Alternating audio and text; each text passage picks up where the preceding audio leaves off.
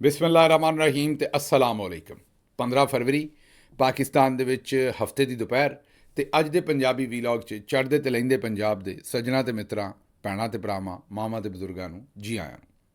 ਸਭ ਤੋਂ ਪਹਿਲੀ ਖਬਰ ਜਿੱਤੇ ਅਸੀਂ ਚਾਨਣ ਪਾਉਣਾ ਉਹ ਖਬਰ ਅਡਿਆਲਾ ਜੇਲ੍ਹ ਤੋਂ ਹੈ ਔਰ ਖਬਰ ਹੁਣੇ ਹੀ ਆਈ ਹੈ, ਤੱਤੀ ਹੈ, ਚੰਦ ਘੰਟੇ ਪਹਿਲਾਂ।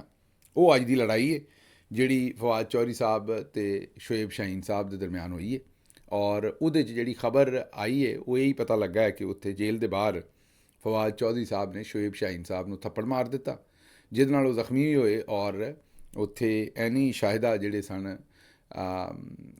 ਨਾਦੀਆ ਖਟਕ, ਉਹਨਾਂ ਦੀ ਜਿਹੜੀ ਵੀਡੀਓ ਮੈਂ ਸੁਣੀ, ਬਾਕੀ ARY ਦੀ ਵੀ ਉਹਦੇ 'ਤੇ ਕਵਰੇਜ ਵੇਖੀ, ਐਕਸਪ੍ਰੈਸ ਨਿਊਜ਼ ਦੀ ਵੀ ਵੇਖੀ ਔਰ ਸਮੀ ਇਬਰਾਹਿਮ ਸਾਹਿਬ ਦਾ ਵੀ ਉੱਤੇ ਟਵੀਟ ਵੇਖਿਆ ਅਤੇ ਉੱਥੋਂ ਇਹੀ ਸਮਝ ਆਈ ਕਿ ਇਹ ਹਾਥਾਪਾਈ ਜੇਲ੍ਹ ਦੇ ਬਾਹਰ ਹੋਈ ਹੈ। ਔਰ ਜਿਹੜਾ ਸਾਹਮਣੇ ਆ ਰਹੀ ਹੈ ਜਿਹੜੀ ਇਨਫੋਰਮੇਸ਼ਨ ਉਹ ਇਹੀ ਆ ਰਹੀ ਹੈ ਕਿ ਸ਼ੋਏਬ ਸ਼ਾਹੀਨ ਸਾਹਿਬ ਉੱਥੇ ਖਲੋਤੇ ਇੰਤਜ਼ਾਰ ਕਰ ਰਹੇ ਸਨ ਜੇਲ੍ਹ ਦੇ ਅੰਦਰ ਜਾਣ ਵਾਸਤੇ।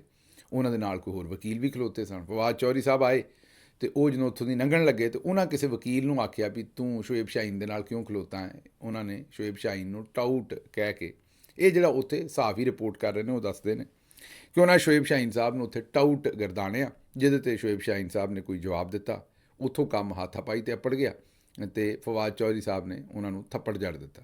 ਅੱਛਾ, ਇਹ ਪਹਿਲਾ ਮੌਕਾ ਨਹੀਂ ਹੈ, ਇਸ ਤੋਂ ਪਹਿਲਾਂ ਵੀ ਫਵਾਦ ਚੌਧਰੀ ਸਾਹਿਬ ਜਿਹੜੇ ਨੇ ਉਹ ਥੱਪੜ ਮਾਰ ਚੁੱਕੇ ਨੇ ਆਪਣਾ ਮੁਬਸ਼ਰ ਲਕਮਾਨ ਸਾਹਿਬ ਨੂੰ ਔਰ ਸਮੀ ਇਬਰਾਹਿਮ ਸਾਹਿਬ ਨੂੰ। ਅੱਛਾ, ਇਹ ਹੁਣ ਮਾਮਲਾ ਜਿਹੜਾ ਕਿਉਂਕਿ ਜੇਲ੍ਹ ਦੇ ਬਿਲਕੁਲ ਬਾਹਰ ਹੋਇਆ, ਫਿਰ ਅਗਲੀਆਂ ਖਬਰਾਂ ਇਹ ਆਈਆਂ ਕਿ ਅੰਦਰ ਖਾਨ ਸਾਹਿਬ ਨੇ ਸੁਲ੍ਹਾ ਕਰਾ ਛੱਡੀ ਜਦੋਂ ਉਹਨਾਂ ਨੂੰ ਪਤਾ ਲੱਗਾ ਕਿ ਇਹ ਬਾਹਰ ਥੱਪੜੋ ਥੱਪੜੀ ਕੰਮ ਹੋਇਆ। ਅਤੇ ਖੈਰ ਥੋੜ੍ਹੀ ਦੇਰ ਤੋਂ ਬਾਅਦ ਸ਼ੋਏਬ ਸ਼ਾਹੀਨ ਸਾਹਿਬ ਜਿਸ ਵੇਲੇ ਬਾਹਰ ਨਿਕਲੇ, ਫਵਾਦ ਚੌਧਰੀ ਸਾਹਿਬ ਨੇ ਮੀਡੀਆ ਨੂੰ ਕਿਹਾ ਵੀ ਸੁਲ੍ਹਾ ਹੋ ਗਈ ਹੈ। ਖਾਨ ਸਾਹਿਬ ਨੇ ਮਨਾ ਕਰ ਦਿੱਤਾ ਮਜ਼ੀਦ ਲੜਨ ਤੋਂ ਅਤੇ ਸ਼ੋਏਬ ਸ਼ਾਹੀਨ ਸਾਹਿਬ ਨੇ ਕਿਹਾ ਵੀ ਮੈਂ ਇਹਦਾ ਬਦਲਾ ਲਵਾਂਗਾ, ਮੈਂ ਸੁਲ੍ਹਾ ਕੋਈ ਨਹੀਂ ਕੀਤੀ, ਮੇਰੀ ਇਹਨਾਂ ਦੇ ਨਾਲ ਕੋਈ ਸੁਲ੍ਹਾ ਨਹੀਂ। ਅੱਛਾ, ਇਹ ਤਾਂ ਹੈ ਰਿਪੋਰਟਿੰਗ ਕਿ ਜੋ ਉੱਥੇ ਹੋਇਆ ਸਾਰਾ। ਤਜਜ਼ੀਆ ਮੇਰਾ ਇਹਦੇ 'ਤੇ ਇਹ ਹੈ, ਚਾਨਣ ਅਸੀਂ ਇਹ ਪਾ ਸਕਦੇ ਹਾਂ ਵੀ ਇੰਜ ਨਾ ਕਰੋ ਯਾਰ। ਜ਼ਾਹਿਰ ਹੈ ਇਹਦੇ ਵਿੱਚ ਜੋ ਸਾਹਮਣੇ ਨਜ਼ਰ ਆਉਂਦਾ ਉਹ ਤਾਂ ਇਹੀ ਹੈ। ਮੈਂ ਤਾਂ ਉੱਥੇ ਹੁਣ ਕਿਉਂਕਿ ਮੌਜੂਦ ਨਹੀਂ ਹੈ ਅਤੇ ਬਾਕੀ ਸਾਰੀ ਗੱਲ ਤਾਂ ਮੈਂ ਨਹੀਂ ਦੱਸ ਸਕਦਾ ਵੀ ਉੱਥੇ ਗੱਲ ਕਿਉਂ ਵਧੀ, ਕਿਸ ਤਰ੍ਹਾਂ ਹੋਈ, ਕਿੰਨੇ ਕਿਹੜੀ ਗੱਲ ਕੀਤੀ, ਲੇਕਿਨ ਜੋ ਨਜ਼ਰ ਆਉਂਦਾ ਉਹ ਤਾਂ ਇਹੀ ਹੈ ਵੀ ਫਵਾਦ ਚੌਧਰੀ ਸਾਹਿਬ ਨੇ ਜਿਹੜਾ ਉਹ ਹੱਥ ਚੁੱਕਣ ਦੀ ਪਹਿਲ ਕੀਤੀ ਹੈ। ਇਹ ਮੇਰੇ ਖਿਆਲ ਦੇ ਵਿੱਚ ਨਹੀਂ ਕਰਨਾ ਚਾਹੀਦਾ ਔਰ ਤੁਸੀਂ ਦੋਵੇਂ ਮੁਅੱਜ਼ਜ਼ ਵਕੀਲ ਵੀ ਹੋ ਅਤੇ ਦੋਵੇਂ ਤੁਸੀਂ ਜ਼ਾਹਿਰ ਹੈ ਸਿਆਸੀ ਸ਼ਖਸੀਆਤ ਵੀ ਹੋ, ਮੀਡੀਆ 'ਚ ਵੀ ਲੋਕ ਤੁਹਾਡੇ ਵੱਲ ਵੇਖਦੇ ਵੀ ਨੇ ਅਤੇ ਇਸ ਵਾਸਤੇ ਇਹ ਕੰਮ ਨਾ ਹੋਵੇ ਤਾਂ ਚੰਗਾ ਹੈ। ਇਹਦੇ ਵਿੱਚ ਰਵੱਈਏ ਜਿਹੜੇ ਨੇ ਆਪਣੇ ਔਰ ਸਪੈਸ਼ਲੀ ਜਿਹਨੇ ਪਹਿਲ ਕੀਤੀ ਹੈ ਉਹਨੂੰ ਇਹ ਰਵੱਈਆ ਆਪਣਾ ਜਿਹੜਾ ਉੱਤੇ ਨਜ਼ਰਸਾਨੀ ਕਰਨੀ ਚਾਹੀਦੀ ਅਤੇ ਮੂੰਹ ਦੇ ਨਾਲ ਜੋ ਕੁਝ ਮਰਜ਼ੀ ਕਰੋ ਇੱਕ ਦੂਜੇ ਦੇ ਨਾਲ, ਲੇਕਿਨ ਇਹ ਹਾਥਾਪਾਈ ਜਿਹੜੀ ਹੈ ਇਹ ਦਰੁਸਤ ਨਹੀਂ ਹੈ। ਇਹ ਗੱਲਾਂ ਫਿਰ ਹੱਥਾਂ ਦੀਆਂ ਦਿੱਤੀਆਂ ਗੰਢਾਂ ਜਿਹੜੀਆਂ ਨੇ ਮੂੰਹ ਨਾਲ ਖੁੱਲ੍ਹਣੀਆਂ ਪੈਂਦੀਆਂ ਨੇ, ਮਾਮਲੇ ਕਈ ਵਾਰੀ ਦੂਰ ਚਲੇ ਜਾਂਦੇ ਨੇ ਅਤੇ ਇਹ ਮੁਨਾਸਬ ਨਹੀਂ ਹੈ। ਮੈਂ ਤਾਂ ਇਹ ਮਸ਼ਵਰਾ ਦਿਆਂਗਾ ਔਰ ਰਿਕੁਐਸਟ ਵੀ ਕਰਾਂਗਾ ਔਰ ਮੈਂ ਹਮੇਸ਼ਾ ਤੁਹਾਨੂੰ ਯਾਦ ਹੋਏਗਾ ਜਦੋਂ ਵੀ ਇੱਥੋਂ ਵੀ ਗੱਲ ਕਰਨਾ ਤਾਂ ਹਮੇਸ਼ਾ ਇਹੀ ਆਉਣਾ ਹੈ ਕਿ ਬਈ ਤੁਹਾਨੂੰ ਵੀ ਇਹੀ ਆਉਣਾ ਵੀ ਕਿਸੇ ਨਾਲ ਕਿਸੇ 'ਤੇ ਤਨਕੀਦ ਕਰਨੀ, ਹਾਥਾਪਾਈ ਨਹੀਂ ਕਰਨੀ। ਜਦੋਂ ਨੂਨ ਲੀਗ ਦੇ ਬਾਰੇ ਵੀ ਗੱਲ ਕਰਨਾ, ਕਿਸੇ ਦੇ ਬਾਰੇ ਵੀ ਤੁਹਾਨੂੰ ਯਾਦ ਹੋਏਗਾ ਕਿ ਬਈ ਹਾਥਾਪਾਈ ਨਹੀਂ ਕਰਨੀ, ਤਨਕੀਦ ਕਰਨੀ ਹੈ, ਉਹ ਕਰੋ, ਜਿੰਨੀ ਦਿਲ ਕਰਦਾ ਕਰੋ ਮੁਹੱਜ਼ਬ ਰਹਿੰਦਿਆਂ ਹੋਇਆ, ਬਾਕੀ ਗੱਲ ਜਿਹੜੀ ਹੈ ਉਹ ਕੋਈ ਨਹੀਂ। ਅੱਛਾ ਜੀ, ਇਹ ਤਾਂ ਇੱਕ ਅੱਜ ਦੀ ਤੱਤੀ ਖਬਰ ਸੀ ਔਰ ਇੱਕ ਸਾਈਡ ਦੀ ਖਬਰ ਸੀ, ਹੈ ਸੀ ਅਤੇ ਤੁਹਾਡੇ ਸਾਹਮਣੇ ਇਹ ਵੀ ਰੱਖਣੀ ਸੀ। ਅਗਲੀਆਂ ਖਬਰਾਂ ਜਿਹੜੀਆਂ ਨੇ ਉਹ ਇੱਕ ਤਾਂ ਇਮਰਾਨ ਖਾਨ ਸਾਹਿਬ ਦੀ ਰਿਹਾਈ ਦੇ ਬਾਰੇ ਕੋਸ਼ਿਸ਼ਾਂ ਜਿਹੜੀਆਂ ਨੇ ਉਹ ਤੇਜ਼ ਨੇ, ਹਰ ਪਾਸੇ ਹੀ ਪੂਰੇ ਪਾਕਿਸਤਾਨੀ ਕਰ ਰਹੇ ਨੇ। ਇਸੇ ਸਿਲਸਿਲੇ ਦੇ ਵਿੱਚ ਸਦਰ ਆਰਿਫ ਅਲਵੀ ਸਾਹਿਬ ਜਿਹੜੇ ਨੇ ਵਾਸ਼ਿੰਗਟਨ DC ਆਏ ਨੇ ਔਰ ਸਾਨੂੰ ਮੌਕਾ ਮਿਲਿਆ ਉਹਨਾਂ ਦੀ ਮੇਜ਼ਬਾਨੀ ਦਾ ਔਰ ਮੇਰੇ ਲਈ ਥੋੜ੍ਹਾ ਜਿਹਾ ਔਖਾ ਸੀ ਕੰਮ, ਕਿਉਂਕਿ ਤੁਹਾਨੂੰ ਪਤਾ ਹੈ ਕਿ ਉਹ ਮੇਰਾ ਜਿਹੜਾ ਯੂਰਪ ਦਾ ਦੌਰਾ ਸੀ ਉਹ ਬੈਕ ਟੂ ਬੈਕ ਸੀ। ਉਹਦੇ 'ਚ ਉੱਥੇ ਉਹ ਭਾਵੇਂ ਗੁਲਾਮ ਹੁਸੈਨ ਕਿਆਨੀ ਸਾਹਿਬ ਹੋਣ ਨੀਦਰਲੈਂਡ ਵਾਲੇ ਅਤੇ ਭਾਵੇਂ ਸਾਡੇ ਦੋਸਤ ਅਹਿਬਾਬ ਸਾਰੇ UK ਦੇ ਵਿੱਚ ਹੋਣ ਅਤੇ ਭਾਵੇਂ ਉਸ ਤੋਂ ਪਹਿਲਾਂ ਇਟਲੀ ਦੇ ਵਿੱਚ ਖਟਾਣਾ ਸਾਹਿਬ ਅਤੇ ਬਸਾਲ ਸਾਹਿਬ ਅਤੇ ਦੂਸਰੇ ਅਜਮਲ ਸਾਹਿਬ ਜਿਹੜੇ ਨੇ, ਸ਼ਾਹਿਦ ਅਜਮਲ ਸਾਹਿਬ, ਉਹ ਸਾਰੇ ਸੱਜਣ ਮਿੱਤਰ ਜਿਹੜੇ ਉੱਥੇ ਸਾਡੇ ਕੰਮ ਕਰ ਰਹੇ ਨੇ ਗਰਾਊਂਡ 'ਤੇ, ਉਹ ਜਦੋਂ ਉੱਥੇ ਜਾਈਦਾ ਜ਼ਾਹਿਰ ਹੈ ਇੱਕ ਮੁਲਕ ਦੇ ਵਿੱਚ 2-2 3-3 ਦਿਨ ਦਾ ਵੇਲਾ ਹੁੰਦਾ। ਤੁਹਾਡੇ ਨਾਲ ਵੀ ਇੱਥੋਂ ਗੱਲਬਾਤ ਕਰਨੀ ਹੁੰਦੀ ਹੈ ਵੀਲੌਗ ਤੋਂ, ਇਹ ਬੜਾ ਟਾਈਮ ਲੈਂਦਾ ਜੇ। ਤੁਹਾਨੂੰ ਤਾਂ ਇਹੀ ਲੱਗਦਾ ਮੈਂ ਸਾਹਮਣੇ ਬੈਠਾ ਅਤੇ ਤੁਹਾਡੇ ਨਾਲ ਗੱਪਾਂ ਸ਼ੱਪਾਂ ਮਾਰ ਰਿਹਾ, ਲੇਕਿਨ ਇਹ ਸਾਹਮਣੇ ਜਿਹੜਾ ਹੈ ਨਾ ਜੀ, ਇਹ ਲੰਮੀ ਲਿਸਟ ਹੁੰਦੀ ਹੈ ਖਬਰਾਂ ਦੀ ਅਤੇ ਇਹਦੇ 'ਤੇ ਬੜੀ ਕਸ਼ੀਦਾਕਾਰੀ ਕਰਨੀ ਪੈਂਦੀ ਹੈ। ਇੱਕ ਵੀਲਾਗ ਜਿਹੜਾ ਉੱਤੇ 5 ਤੋਂ 6 ਘੰਟੇ ਲੱਗਦੇ ਨੇ। ਇਹ ਜਿਹੜਾ ਵੀ ਬੰਦਾ ਵੀਲਾਗ ਕਰਦਾ ਉਹਦੇ ਕੋਲੋਂ ਤੁਸੀਂ ਪੁੱਛੋਗੇ ਤਾਂ ਤੁਹਾਨੂੰ ਦੱਸੇਗਾ, ਤਿਆਰੀ ਉਹਦੀ ਰਿਕਾਰਡਿੰਗ, ਇਹ ਸਾਰਾ ਕੁਝ ਕਰਾ ਕੇ ਘੱਟ ਤੋਂ ਘੱਟ 4 ਤੋਂ 5 ਘੰਟੇ ਔਰ ਨੋਰਮਲ ਰੂਟੀਨ ਦੇ ਵਿੱਚ 5 ਤੋਂ 6 ਘੰਟੇ ਇੱਕ ਵੀਲਾਗ ਦੀ ਜਿਹੜੀ ਤਿਆਰੀ ਹੈ ਉਹ ਲੈ ਲੈਂਦੀ ਹੈ। ਤੇ ਜੇ ਤੁਸੀਂ, ਮੇਰਾ ਮਤਲਬ ਹੈ, ਚਲੋ ਬਹੁਤ ਵੀ ਕੱਸ ਕੁਸ ਪਾ ਕੇ ਕਰੋਗੇ ਤੇ 4 ਘੰਟੇ ਤੋਂ ਥੱਲੇ ਤੁਸੀਂ ਵੀਲਾਗ ਜਿਹੜਾ ਉਹ ਨਹੀਂ ਕਰ ਸਕਦੇ। ਤੇ ਉਹ ਤੁਹਾਨੂੰ ਪਤਾ ਹੈ ਕਿ ਅਸੀਂ 2 ਤੋਂ 3 ਵੀਲਾਗ ਤੁਹਾਡੇ ਨਾਲ ਕਰਨੇ ਹੁੰਦੇ ਨੇ, ਤੇ ਉਹ ਵੀ ਟਾਈਮ ਨਿਕਲ ਜਾਂਦਾ। ਫਿਰ ਉੱਥੇ ਗਰਾਊਂਡ ਦੇ ਉੱਤੇ ਜਿਹੜੀਆਂ ਜ਼ਿੰਮੇਦਾਰੀਆਂ ਹੁੰਦੀਆਂ ਉਹ ਤੇ ਹੁੰਦੀਆਂ ਹੀ ਨੇ, ਤੇ ਫਿਰ ਦੋਸਤਾਂ ਦਾ ਇਹ ਵੀ ਤਕਾਜ਼ਾ ਹੁੰਦਾ ਕਿ ਜੀ ਸਾਨੂੰ ਵੀ ਮਿਲੋ ਤੇ ਬਾਰ-ਬਾਰ ਮਿਲੋ, ਜੱਫੀਆਂ ਵੀ ਪਾਓ ਤੇ ਗੱਪਾਂ ਵੀ ਲਾਓ ਤੇ ਗੱਲ ਵੀ ਸੁਣਾਓ ਤੇ ਵਿਚਲੀ ਗੱਲ ਵੀ ਦੱਸੋ। ਉਹਦੇ 'ਤੇ ਜਿਹੜੇ ਯਾਰ ਸੱਜਣ ਉੱਥੇ ਹੁੰਦੇ ਨੇ, ਉਹ ਜਿਹੜੇ ਵੀ ਸ਼ਹਿਰ 'ਚ ਜਾਈਏ, ਜਿਹੜੀ ਵੀ ਮਹਿਫਲ ਹੋਵੇ, ਉਹਨਾਂ ਨੂੰ ਤਾਂ ਇਹੀ ਲੱਗਦਾ ਨਾ ਵੀ ਹੁਣ ਪਹਿਲੀ ਵਾਰੀ ਅਸੀਂ ਮਿਲਣ ਲੱਗੇ ਹਾਂ। ਉਹਨਾਂ ਨੂੰ ਸਾਡੇ ਆ ਸਾਰੇ ਦੂਸਰੇ ਸਿਆਪਿਆਂ ਦਾ ਤੇ ਨਹੀਂ ਪਤਾ ਦਾਇਰ ਹੈ। ਤਾਂ ਉਹ ਸਫ਼ਰ ਵੀ ਹੁੰਦਾ ਹੈ, ਜੈਟ ਲੈਗ ਵੀ ਹੁੰਦਾ ਹੈ, ਉਹਦੇ 'ਚ ਨੀਂਦਰ ਸ਼ਿੰਦਰ ਕੋਈ ਨਹੀਂ ਪੂਰੀ ਹੁੰਦੀ। ਇਸ ਵੇਲੇ ਵੀ ਮੇਰਾ, ਜਦੋਂ ਮੈਂ ਤੁਹਾਡੇ ਨਾਲ ਅੱਗੇ ਰਿਕਾਰਡਿੰਗ ਕਰ ਰਿਹਾ ਤਾਂ ਮੈਂ ਪਿਛਲੇ 24 ਘੰਟੇ 'ਚ ਕੋਈ 2 ਘੰਟੇ ਸੁੱਤਾ। ਇਸ ਵੇਲੇ ਵੀ ਨੀਂਦਰ ਨਾਲ ਬੁਰਾ ਹਾਲ ਹੈ ਮੇਰਾ। ਅਤੇ ਮੈਂ ਤੁਹਾਨੂੰ ਜੇ ਦੱਸਾਂ ਤਾਂ ਇੱਥੇ ਸਵੇਰ ਦੇ ਇਸ ਵੇਲੇ ਕੋਈ 6:30 ਵਜੇ ਨੇ, ਅਤੇ ਮੈਂ ਸੁੱਤਾ ਕੋਈ ਨਹੀਂ। ਹੁਣ ਵੀਲਾਗ ਕਰਕੇ ਤਾਂ ਸੌਵਾਂਗਾ, ਕਿਉਂਕਿ ਰਾਤੀ ਵੀ ਲੇਟ ਆਏ ਸਾਂ। ਔਰ ਮੈਂ ਜਿਸ ਤਰ੍ਹਾਂ ਦੱਸਿਆ ਕਿ ਐਲਵੀ ਸਾਹਿਬ ਆਏ ਨੇ, ਅਤੇ ਉਹਨਾਂ ਦੀਆਂ ਜਿਹੜੀਆਂ ਮੁਲਾਕਾਤਾਂ ਨੇ ਉਹ ਕਾਫੀ ਬਿਹਤਰ ਮੁਲਾਕਾਤਾਂ ਹੋਈਆਂ ਨੇ। ਔਰ ਐਲਵੀ ਸਾਹਿਬ ਨੇ ਮਾਸ਼ਾਅੱਲਾ ਬਹੁਤ ਬਿਹਤਰੀਨ ਤਰੀਕੇ ਦੇ ਨਾਲ ਜਿਹੜਾ ਉਹ ਪ੍ਰੈਜ਼ੈਂਟ ਕੀਤਾ ਹੈ ਇਮਰਾਨ ਖਾਨ ਸਾਹਿਬ ਦਾ ਕੇਸ। ਉਹਨਾਂ ਦੀਆਂ ਜਿਹੜੀਆਂ ਮੁਲਾਕਾਤਾਂ ਵੈਸੇ ਤਾਂ ਕੋਈ 7-8 ਕਾਂਗਰਸਮੈਨਾਂ ਦੇ ਨਾਲ ਅਤੇ ਆਪਣਾ ਜਿਹੜੇ ਲੈਜਿਸਲੇਟਰ ਨੇ ਉਹਨਾਂ ਦੇ ਨਾਲ ਹੋਈਆਂ ਨੇ, ਲੇਕਿਨ ਜਿਹੜੀ ਉਹਨਾਂ ਦੀ ਸਭ ਤੋਂ ਵਧੀਆ ਮੁਲਾਕਾਤ ਮੈਂ ਕਹਾਂਗਾ ਉਹ ਕਾਂਗਰਸਮੈਨ ਜੈਕ ਬਰਗਮੈਨ। ਇਹ ਨਹੀਂ ਕਿ ਦੂਜਿਆਂ ਨਾਲ ਵਧੀਆ ਨਹੀਂ ਹੋਈ, ਲੇਕਿਨ ਇਹ ਮੁਲਾਕਾਤ ਬਹੁਤ ਹੀ ਵਧੀਆ ਸੀ, ਕਿਉਂਕਿ ਇਹਦੇ ਵਿੱਚ ਜਿਹੜੇ ਜੈਕ ਬਰਗਮੈਨ ਹੈ, ਇਹ ਸਾਬਕ ਲੈਫਟੀਨੈਂਟ ਜਨਰਲ ਨੇ ਅਮਰੀਕੀ ਫੌਜ ਦੇ। ਔਰ ਇਹਨਾਂ ਨੇ ਫਿਰ ਦੱਸਿਆ ਵੀ ਮੈਂ, ਚਲੋ ਠੀਕ ਹੈ, ਮੈਂ ਪਾਕਿਸਤਾਨ ਵੀ ਜਾਣਾ ਹੈ। ਇਹਨਾਂ ਦਾ ਅਜੇ ਪੱਕਾ ਐਗਜ਼ੈਕਟ ਪ੍ਰੋਗਰਾਮ ਨਹੀਂ, ਲੇਕਿਨ ਉਹਨਾਂ ਦਾ ਹੁਣ ਦਿਲ ਹੈ ਕਿ ਉਹ ਅਪ੍ਰੈਲ ਦੇ ਮਹੀਨੇ 'ਚ ਪਾਕਿਸਤਾਨ ਜਾਣ ਅਤੇ ਉੱਥੇ ਇਮਰਾਨ ਖਾਨ ਨੂੰ ਮਿਲਣ ਦੀ ਵੀ ਕੋਸ਼ਿਸ਼ ਕਰਨ।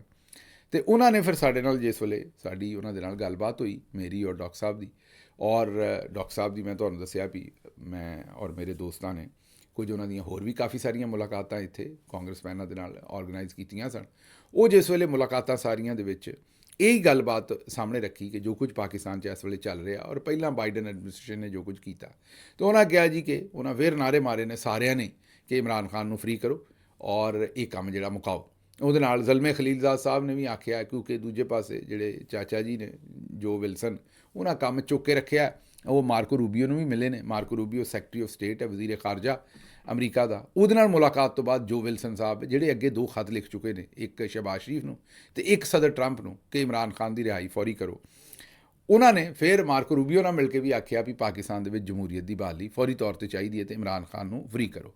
ਜ਼ਲਮੇ ਖਲੀਲਜ਼ਾਦ ਸਾਹਿਬ ਨੇ ਵੀ ਆਖਿਆ ਵੀ ਇਹ ਬੰਦੇ ਬਣੋ, ਕਿਉਂਕਿ ਆਲਰੇਡੀ ਜੋ ਵਿਲਸਨ ਸਾਹਿਬ ਕਹਿ ਚੁੱਕੇ ਨੇ ਕਿ ਅਸੀਂ ਇੱਕ ਲੈਜਿਸਲੇਸ਼ਨ ਲੈ ਕੇ ਆ ਰਹੇ ਹਾਂ ਅਮਰੀਕਾ ਦੇ ਵਿੱਚ, ਜਿਹਦੇ ਨਾਲ ਜਨਰਲ ਆਸਿਮ ਮੁਨੀਰ ਸਾਹਿਬ ਔਰ ਉਹਨਾਂ ਦੇ ਸਾਥੀ ਔਰ ਦੂਜੇ ਜਿਹੜੇ ਵੀ ਬੰਦੇ ਇਸ ਵੇਲੇ ਚਲਾ ਰਹੇ ਨੇ ਮਾਮਲਾ, ਉਹਨਾਂ ਦੇ ਉੱਤੇ ਵੀਜ਼ਿਆਂ ਦੀ ਪਾਬੰਦੀ ਵੀ ਲੱਗੇਗੀ, ਸਫਰੀ ਪਾਬੰਦੀ ਵੀ ਲੱਗੇਗੀ, ਅਤੇ ਉਹਨਾਂ ਦੇ ਜਿਹੜੇ ਅਸਾਸੇ ਨੇ ਉਹ ਵੀ ਅਮਰੀਕਾ ਦੇ ਵਿੱਚ ਮੁੰਜਮਦ ਹੋ ਸਕਦੇ ਨੇ। ਅਤੇ ਇਹ ਤਗੜੀਆਂ ਖਬਰਾਂ ਨੇ। ਜ਼ਲਮੇ ਖਲੀਲਜ਼ਾਦ ਸਾਹਿਬ ਨੇ ਆਖਿਆ ਵੀ ਇਸ ਤੋਂ ਪਹਿਲਾਂ ਵੀ ਇਹ ਹੋਵੇ, ਤੁਹਾਡੇ ਕੋਲ ਅਜੇ ਵੀ ਵੇਲਾ ਹੈ, ਇਮਰਾਨ ਖਾਨ ਨੂੰ ਰਿਹਾ ਕਰੋ ਅਤੇ ਇਸ ਕੰਮ ਦੇ ਵਿੱਚੋਂ ਆਪਣੀ ਜਾਨ ਬਚਾਓ। ਅਤੇ ਇੱਕ ਤਾਂ ਇਹ ਅੱਜ ਸਾਰੇ ਮਾਮਲਾਤ ਹੋਏ ਜਿਹੜੇ ਆਰਿਫ ਅਲਵੀ ਸਾਹਿਬ ਦੀ ਇੱਥੇ ਮਸਰੂਫੀਅਤ ਸੀ, ਔਰ ਠੰਡ ਬੜੀ ਸੀ ਜੇ, ਪਾਲਾ ਇੰਨਾ ਕੁ ਸੀ ਵੀ ਪਾਲਾ ਕੋਟੀ ਸੀ, ਮਤਲਬ ਕਿ ਬਹੁਤ ਜ਼ਿਆਦਾ ਠੰਡ ਸੀ।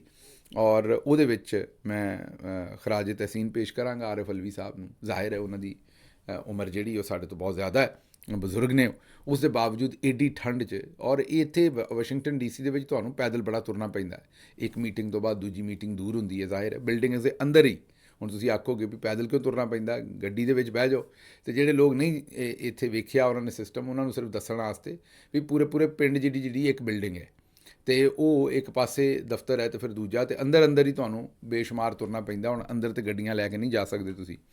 ਅਤੇ ਉਹਨਾਂ ਦੀ ਬੜੀ ਹਿੰਮਤ ਹੈ, ਅਤੇ ਉਹਨਾਂ ਨੇ ਅੱਜ ਬੜਾ ਪੂਰਾ ਪੈਂਡਾ ਪੁੱਟਿਆ ਨਾਲ। ਅਤੇ ਫਿਰ ਉਹਨਾਂ ਦੀ ਸ਼ਾਮੀ ਵਾਸ਼ਿੰਗਟਨ DC ਦੇ ਜਿਹੜੇ ਅਕਾਬਰੀ ਨੇ ਉਹਨਾਂ ਨਾਲ ਵੀ ਮੁਲਾਕਾਤ ਹੋਈ, ਉੱਥੇ ਵੀ ਗੱਪਸ਼ਪ ਲੱਗੀ ਸਾਡੀ। ਬਹਰਹਾਲ ਮੁਖਤਸਰ ਇਹ ਕਿ ਉਹਨਾਂ ਦਾ ਇੱਥੋਂ ਦਾ ਅੱਛਾ ਦੌਰਾ ਰਿਹਾ, ਅਤੇ ਹੁਣ ਉਹ ਇੱਥੋਂ ਜਾ ਰਹੇ ਨੇ ਅੱਗੇ ਇੱਥੋਂ ਡਿਟਰੋਇਟ ਮਿਸ਼ੀਗਨ। ਉੱਥੇ ਉਹਨਾਂ ਦੇ ਕੁਝ ਈਵੈਂਟਸ ਨੇ, ਉਹ ਆਰਗੇਨਾਈਜ਼ ਕੀਤੇ ਨੇ ਅਸੀਂ। ਇਸ ਤੋਂ ਇਲਾਵਾ ਹੋਰ ਵੀ ਕਈ ਜਗ੍ਹਾ ਨੇ। ਇਹ ਉਹਨਾਂ ਦਾ ਜਿਹੜਾ ਦੌਰਾ ਉਹਦੇ 'ਚ ਅਸੀਂ ਕੋਸ਼ਿਸ਼ ਕਰਾਂਗੇ ਕਿ ਭਰਪੂਰ ਉਹਨਾਂ ਦੀ ਜਿਹੜੀ ਇੰਟਰੈਕਸ਼ਨ ਹੋਵੇ ਹਰ ਜਗ੍ਹਾ 'ਤੇ ਅਮਰੀਕਾ ਦੇ ਵਿੱਚ ਲੋਕਾਂ ਦੇ ਨਾਲ। ਅੱਛਾ ਜੀ, ਅੱਗੇ ਚੱਲਨੇ, ਇਹ ਗੱਲ ਤਾਂ ਹੋ ਗਈ। ਅਗਲੀ ਹੁਣ ਗੱਲ ਜਿਹੜੀ ਹੈ ਉਹ ਅਸੀਂ ਤੁਹਾਨੂੰ ਜਿਸ ਤਰ੍ਹਾਂ ਦੱਸਿਆ ਕਿ ਜਿਹੜੀ ਮੁਲਾਕਾਤ ਹੋਈ ਸੀ ਜੈਕ ਬਰਗਮੈਨ, ਉਹਦੇ ਬਾਅਦ ਉਹਨਾਂ ਨੇ ਵੀ ਟਵੀਟ ਕੀਤਾ ਵੀ ਇਮਰਾਨ ਖਾਨ ਨੂੰ ਹੁਣ ਰਿਹਾ ਕਰੋ। ਅੱਛਾ ਜੀ, ਅਗਲੀ ਖਬਰ ਹੈ ਕਿ ਸਹਾਫੀ ਵੀ ਨਿਊਜ਼ ਚੈਨਲ, ਬੜਾ ਚੰਗਾ ਸਹਾਫੀ ਹੈ, ਬੀਬਾ ਮੁੰਡਾ, ਯੰਗਸਟਰ ਹੈ, ਲੇਕਿਨ ਸੋਹਣਾ ਕੰਮ ਕਰਦਾ ਹੈ।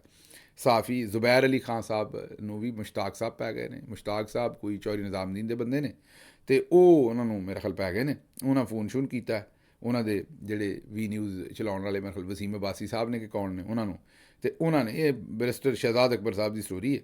ਅਤੇ ਉਹਨਾਂ ਆਖਿਆ ਵੀ ਉਹਨਾਂ ਨੇ ਉਹਨਾਂ ਨੂੰ ਕਿਹਾ ਕਿ ਜਿਹੜੇ ਜ਼ੁਬੈਰ ਅਲੀ ਖਾਨ ਸਾਹਿਬ ਨੇ ਇਹਨਾਂ ਨੂੰ ਫਾਰਗ ਕਰ ਦਿਓ, ਅਤੇ ਜ਼ੁਬੈਰ ਅਲੀ ਖਾਨ ਸਾਹਿਬ ਜਿਹੜੇ ਉਹ ਫਾਰਗ ਕਰ ਦਿੱਤੇ ਗਏ। ਬਹਰਹਾਲ ਮੁੰਡਾ ਚੰਗਾ, ਮਿਹਨਤ ਕਰਦਾ, ਇਹਨਾਂ ਦੀ ਆਪਣਾ YouTube ਚੈਨਲ ਵੀ ਹੈ 3 ਦੇ ਨਾਂ ਤੋਂ, ਇਹਨਾਂ ਨੂੰ ਵੇਖਿਆ ਵੀ ਕਰੋ, ਇੰਡੋਰਸ ਵੀ ਕਰਿਆ ਕਰੋ ਇਹੋ ਜਿਹੇ ਮੁੰਡਿਆਂ ਨੂੰ, ਕਿਉਂਕਿ ਚੰਗਾ ਕੰਮ ਕਰਦੇ ਨੇ, ਕੋਸ਼ਿਸ਼ ਕਰਦੇ ਨੇ ਕਿ ਸੱਚੀਆਂ ਖਬਰਾਂ ਜਿਹੜੀਆਂ ਤੁਹਾਡੇ ਸਾਹਮਣੇ ਰੱਖੀਆਂ ਜਾਣ।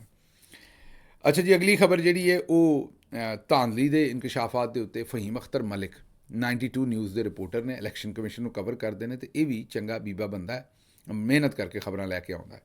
ਉਹਨਾਂ ਆਖਿਆ ਵੀ ਆਮ ਇੰਤਖਾਬਾਤ 2024 ਦੇ ਵਿੱਚ ਧਾਂਦਲੀ ਤੇ ਕਮਿਸ਼ਨਰ ਰਾਵਲਪਿੰਡੀ, ਚੇਤਾ ਹੋਏਗਾ ਕਮਿਸ਼ਨਰ ਰਾਵਲਪਿੰਡੀ ਲਿਆਕਤ ਚੱਠਾ ਸਾਹਿਬ ਜਿਨ੍ਹਾਂ ਨੂੰ ਗਾਇਬ ਕੀਤਾ ਉਦੋਂ ਦਾ, ਜਿਨ੍ਹਾਂ ਨੇ ਆਪਣੇ ਜ਼ਮੀਰ ਦੀ ਆਵਾਜ਼ 'ਤੇ ਆ ਕੇ ਆਖਿਆ ਸੀ ਕਿ ਭਾਈ ਅਸੀਂ ਧਾਂਦਲੀ ਕੀਤੀ ਹੈ ਔਰ ਅਸੀਂ ਹਾਰਿਆਂ ਨੂੰ ਜਿਤਾਇਆ ਹੈ ਔਰ ਮੈਂ ਉਹਦਾ ਜ਼ਿੰਮੇਦਾਰ ਹਾਂ ਔਰ ਮੈਂ ਆਪਣੇ ਆਪ ਨੂੰ ਇਤਜ਼ਾਬ ਲਈ ਪੇਸ਼ ਕਰਨਾ।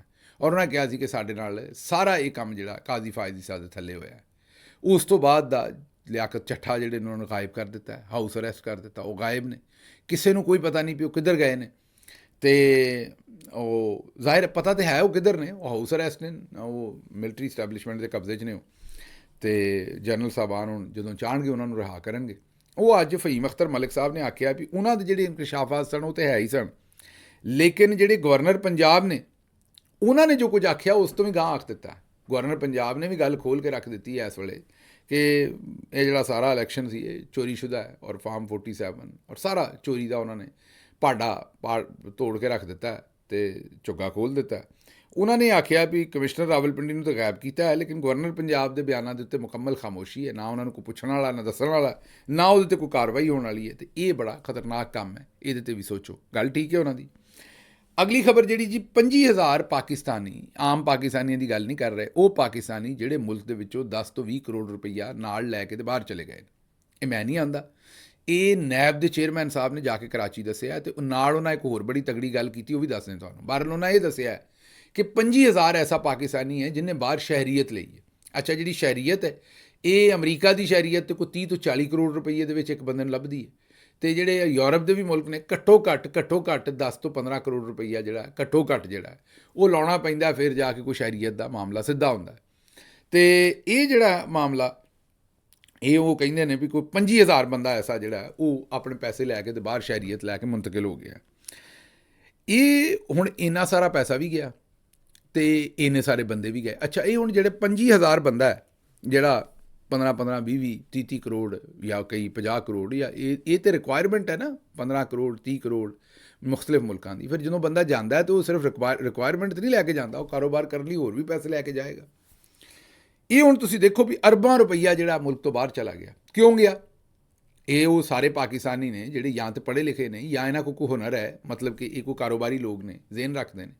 ਇਹ ਇੰਨੇ ਸਾਰੇ ਲੋਕੀ ਇੰਨੇ ਸਾਰੇ ਸਰਮਾਏ ਨਾਲ ਮੁਲਕ ਤੋਂ ਬਾਹਰ ਚਲੇ ਗਏ, ਅਤੇ ਫਿਰ ਸਵਾਲ ਤਾਂ ਪੁੱਛਣਾ ਬਣਦਾ ਨਾ ਜੀ ਜਨਰਲ ਸਾਹਿਬ ਕੋਲੋਂ, ਆਸਿਮ ਮੁਨੀਰ ਸਾਹਿਬ ਕੋਲ, ਵੀ ਤੁਸੀਂ ਤਾਂ SIFC ਦੇ ਵਿੱਚ 100 ਅਰਬ ਲੈ ਕੇ ਆਉਣਾ ਸੀ, ਔਰ ਤੁਸੀਂ ਸਾਨੂੰ ਦੱਸਿਆ ਸੀ ਕਿ 100 ਅਰਬ ਦੀ ਇਨਵੈਸਟਮੈਂਟ ਹੋਣੀ। ਇੱਥੇ ਇਨਵੈਸਟਮੈਂਟ ਤਾਂ ਕੀ ਹੋਣੀ ਸੀ, ਇੱਥੇ 100 ਅਰਬ ਡਾਲਰ ਮੁਲਕ ਤੋਂ ਬਾਹਰ ਨਿਕਲ ਗਿਆ। ਇਹ ਤੁਹਾਡੇ ਨੰਬਰ ਨੇ, ਮੈਂ ਨਹੀਂ ਆਖਦਾ ਇਹਨੂੰ, ਅਗਰ ਜਮ੍ਹਾਂ ਮਨਫੀ ਕਰੋਗੇ ਤਾਂ ਚਲੋ 100 ਅਰਬ ਡਾਲਰ ਨਹੀਂ ਤਾਂ ਕੋਈ 10-15 ਅਰਬ ਡਾਲਰ ਤਾਂ ਨਿਕਲ ਗਿਆ ਮੁਲਕ ਤੋਂ। ਇਹ ਚੇਅਰਮੈਨ ਨੈਬ ਜਨਾਬ ਜਨਰਲ ਨਜ਼ੀਰ ਭੱਟ ਸਾਹਿਬ ਨੇ, ਇਹ ਰਿਟਾਇਰਡ ਜਨਰਲ ਸਾਹਿਬ ਨੇ ਭੱਟ ਸਾਹਿਬ, ਉਹਨਾਂ ਨੇ ਇਹ ਅਹਿਕਾਮਾਤ ਦਿੱਤੇ ਨੇ, ਮਤਲਬ ਦੱਸਿਆ ਉਹਨਾਂ ਨੇ। ਅਤੇ ਉਹ ਹੁਣ ਇੰਨੇ ਜ਼ਿਆਦਾ ਲੋਕ ਜਿਹੜੇ ਨੇ ਸਰਮਾਇਆ ਲੈ ਕੇ ਮੁਲਕ ਤੋਂ ਨਿਕਲ ਗਏ ਨੇ, ਅਤੇ ਇਹ ਤਾਂ ਮੁਲਕ ਦੀ ਤਬਾਹੀ ਹੈ। ਇਹ ਜ਼ਾਹਿਰ ਹੈ ਜਿਹੜੇ ਵੀ ਸੱਜਣ ਇਸ ਵੇਲੇ ਮੁਲਕ ਚਲਾ ਰਹੇ ਨੇ, ਜਿਹੜੇ ਵੀ ਰੂਹੇ ਰਵਾਨ ਨੇ, ਇਹਦਾ ਜਵਾਬ ਉਹਨਾਂ ਨਹੀਂ ਦੇਣਾ, ਮੈਂ ਤਾਂ ਨਹੀਂ ਦੇਣਾ, ਤੁਸੀਂ ਤਾਂ ਨਹੀਂ ਦੇਣਾ। ਇਹ ਹੁਣ ਸਾਡੀ ਸਮਝ ਤੋਂ ਬਾਹਰ ਹੈ ਕਿ ਇਹਦਾ ਜਵਾਬ ਕਿਸ ਤਰ੍ਹਾਂ ਦੇਣਗੇ। ਲੇਕਿਨ ਉੱਥੇ ਇੱਕ ਹੋਰ ਬੜੀ ਇੰਟਰਸਟਿੰਗ ਗੱਲ ਹੋਈ, ਉਹ ਇਹ ਹੋਈ ਹੈ ਕਿ ਉੱਥੇ ਜਿਸ ਵੇਲੇ ਕਰਾਚੀ ਗਏ ਨੇ ਅਤੇ ਇਹਨਾਂ ਨੇ ਆਖਿਆ ਵੀ ਪਾਕਿਸਤਾਨ ਦਾ ਸਭ ਤੋਂ ਵੱਡਾ ਮਸਲਾ ਜਿਹੜਾ ਨਾ ਉਹ ਕਰਾਚੀ ਦੇ ਪਲਾਟ ਨੇ। ਹਾਂਜੀ, ਤੁਸੀਂ ਦੁਰਸਤ ਸੁਣ ਰਹੇ ਹੋ। Lieutenant general retired Nazeer Bhatt ਸਾਹਿਬ ਨੇ ਉੱਥੇ ਖਲੋ ਕੇ ਆਖਿਆ ਵੀ ਪਾਕਿਸਤਾਨ ਦਾ ਸਭ ਤੋਂ ਵੱਡਾ ਮਸਲਾ ਕਰਾਚੀ ਦੇ ਪਲਾਟ ਨੇ। ਅੱਛਾ, ਅਸੀਂ ਸਾਰੀ ਉਮਰ ਇਹੀ ਸੋਚਦੇ ਰਹੇ ਕਿ ਪਾਕਿਸਤਾਨ ਦਾ ਸਭ ਤੋਂ ਵੱਡਾ ਮਸਲਾ ਕਸ਼ਮੀਰ ਦਾ ਹੈ ਜਾਂ ਕੋਈ ਗੁਰਬਤ ਦਾ ਹੈ ਜਾਂ ਕੋਈ ਹੋਰ ਹੈ, ਬਿਜਲੀ ਦਾ ਹੈ। ਉਹਨਾਂ ਆਖਿਆ ਨਹੀਂ, ਪਲਾਟਾਂ ਦਾ ਮਸਲਾ ਹੈ।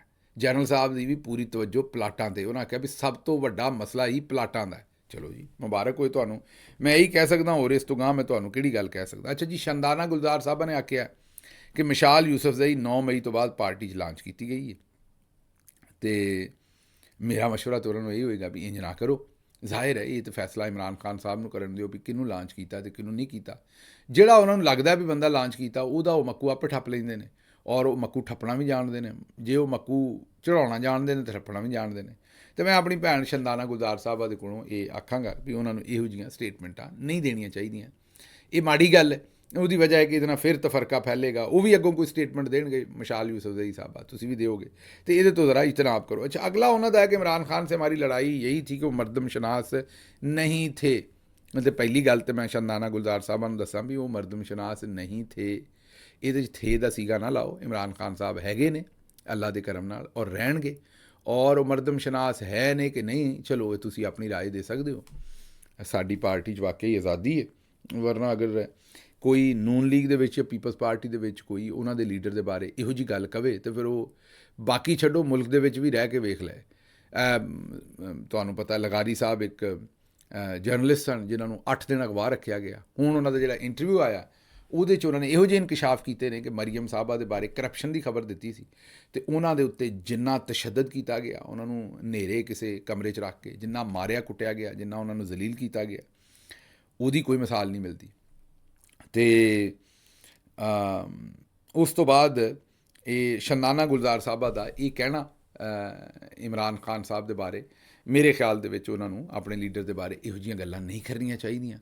ਇਮਰਾਨ ਖਾਨ ਸਾਹਿਬ ਮਰਦਮ ਸ਼ਨਾਸ ਨਾ ਹੁੰਦੇ ਅਤੇ ਅੱਜ ਮੈਨੂੰ ਦੱਸੋ ਕਿ ਇਹ ਜੋ ਉਹਨਾਂ ਦੀ ਆਵਾਮ ਨਾਲ ਮੁਹੱਬਤ ਹੈ ਇਹ ਨਾ ਹੁੰਦੀ। ਹੁਣ ਲੋਕੀ ਧੋਖੇਬਾਜ਼ ਨਿਕਲਣ ਅਤੇ ਇਹਦੇ ਵਿੱਚ ਤਾਂ ਸ਼ੰਦਾਨਾ ਸਾਹਿਬ ਇਮਰਾਨ ਖਾਨ ਦਾ ਕਸੂਰ ਤਾਂ ਨਹੀਂ ਹੈ।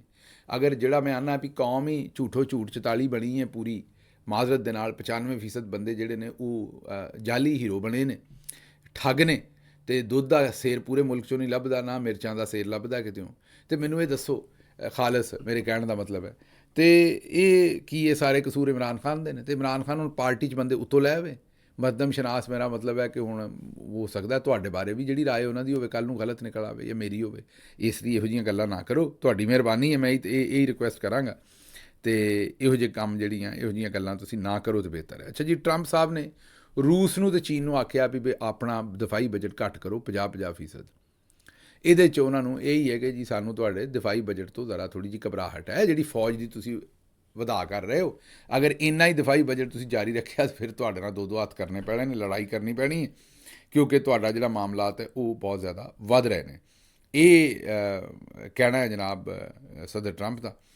ਅੱਛਾ ਜੀ, ਅੱਗੋਂ ਜਿਹੜੇ ਏਮਲ ਵਲੀ ਖਾਨ ਨੇ ਉਹਨਾਂ ਆਖਿਆ ਵੀ ਮੈਂ PTI ਦੇ ਨਾਲ ਜੰਨਤ ਜਾਣ ਨੂੰ ਵੀ ਤਿਆਰ ਨਹੀਂ। ਅੱਛਾ ਚਲੋ ਜੀ ਭਾਈ ਜੀ, ਤੁਸੀਂ ਜਹੰਨਮ ਚਲੇ ਜਾਓ, ਨਾ ਜਾਓ ਜੰਨਤ ਸਾਡੇ ਨਾਲ, ਅਤੇ ਅੱਲਾ ਕਰੇ ਸਾਨੂੰ ਰੱਬ ਜੰਨਤ 'ਚ ਘੱਲੇ, ਅਤੇ ਤੁਸੀਂ ਫਿਰ ਅਗਰ ਸਾਡੇ ਨਾਲ ਨਹੀਂ ਜਾਣਾ ਤਾਂ ਚਲੋ ਜਹੰਨਮ 'ਚ ਚਲੇ ਜਾਓ, ਤੁਹਾਡੀ ਮਰਜ਼ੀ ਹੈ।